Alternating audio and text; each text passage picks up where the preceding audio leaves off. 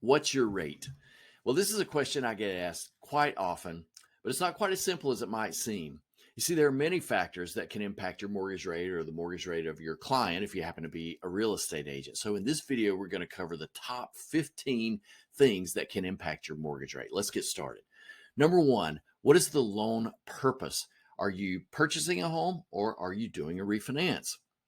Number two, if you're doing a refinance, are you just doing a rate and term refinance where you're trying to lower the rate or lower the monthly payment, or are you trying to take equity out of your home by doing a cash out refinance? Number three, what's the loan to value? Are you borrowing 97% of your home's value, or are you borrowing 70% of the home's value? Number four, what's your loan amount? Typically, larger loan amounts will get a little bit better pricing than smaller loan amounts. Number five, what's the mortgage type? Is it a conventional loan or is it one of the government programs through FHA, VA, or USDA? Number six, what's the mortgage program within the mortgage type? Fannie Mae and Freddie Mac both have programs that are targeted toward first-time home buyers, Home Ready, Home Possible. Then there are down payment assistance programs, renovation programs. So what's the mortgage program? Number seven, what is the property type? Is this a stick-built home or is it a manufactured home or a condo?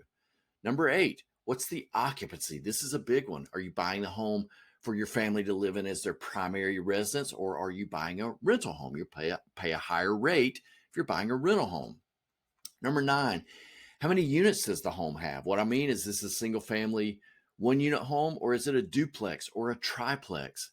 Number 10, what's your credit score? That seems obvious. The higher your credit score, typically the better the rate you'll get. Number 11, are you paying discount points?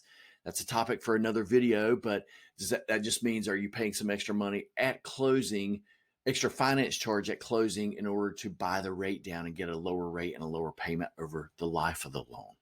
Number 12, what's the rate lock period? Typically, the longer the period you need to lock until you're closing, the higher the rate you'll pay. There's more risk involved because nobody knows what's going to happen 90 or 120 days out into the future. It's much easier to predict 30 days into the future. Number 13, what's your loan term? Is it a 30-year loan? Is it a 20 or a 15 or even a 10-year loan? Typically, your shorter loan terms will get better rates. Number 14, is it a fixed rate or is it an adjustable rate? And if it's an adjustable rate, what's the initial period where the rate is locked in? Is it a 5-year, 7-year, or a 10-year adjustable? And then number 15, when the rate is locked in has a lot to do with it. You may know this, but rates now move in real time with what's going on in the financial market. So we could talk about a rate this morning, and then this afternoon, it could be something totally different because of market movements until the rate is locked in. Once locked, you don't have to worry about it moving around anymore, but until that time, it can move around some.